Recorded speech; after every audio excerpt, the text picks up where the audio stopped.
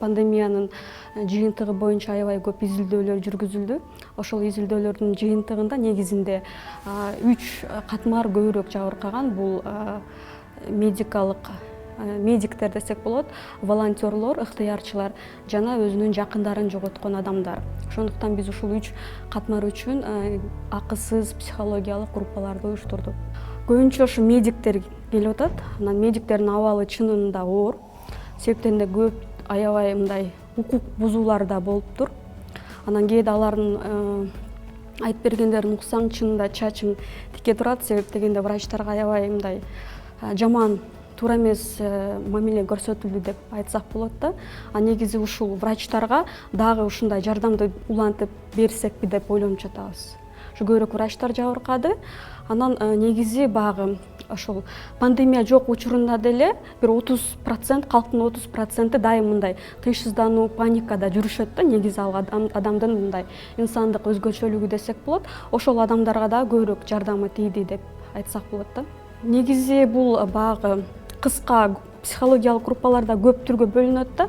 Эгер адамдар паникага же тынчсызданууга кабыл болсо пандемия учурунда, бул мындай индивидуалдуу түрдө иштешет да адам мененчи. Мисалы үчүн кээ бир адамга бир эле сессия жетиштүү, кээ бир адамга 10 сессия керек болушу мүмкүн. А кээ бирлер сүйлөбөй эле отуруп, жөн эле группада башка адамдардын сүйлөгөнүн угуп эле ошол чыгып кетиши мүмкүн да, баягындай өзүнүн маселесин чечип алышы мүмкүн. Негизи ошо психологиялык группалардын дагы бир немеси, себеби биз жайында бул проектке чейин кыргыз тилинде арт-терапия уюштурганбыз да. Ошол жерде баягы кыргыздар негизи өзүнүн оюн мындай айткандан уялышат го. Биздин немеде, маданиятта өзүнүн оюн айтканга мындай анча неме жок да, шарт жок. Ошон үчүн көпчүлүк жаш кыздар жөн эле келип, чоңдорду угуп эле анан кийин мындай жазып атышты да, мага ушул жардам берди, мен бул маселеге көз карашым башкача болду, рахмат деп. Аябай стрессте өзүн жакшы алып жүргөн адамдар дагы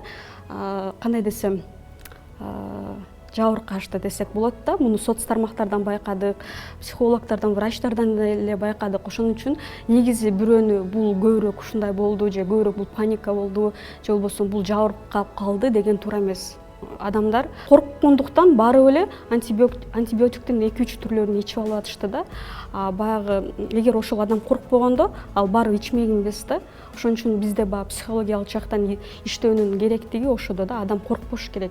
Адам корккондо барып эле туура эмес кыймылдарды жасап коюшу мүмкүн. Мисалы үчүн чет мамлекетте андай көрүнүш болбошу мүмкүн. Себеп дегенде ал жакта медициналык жана психологиялык грамотность бир аз жогору болушу мүмкүн да.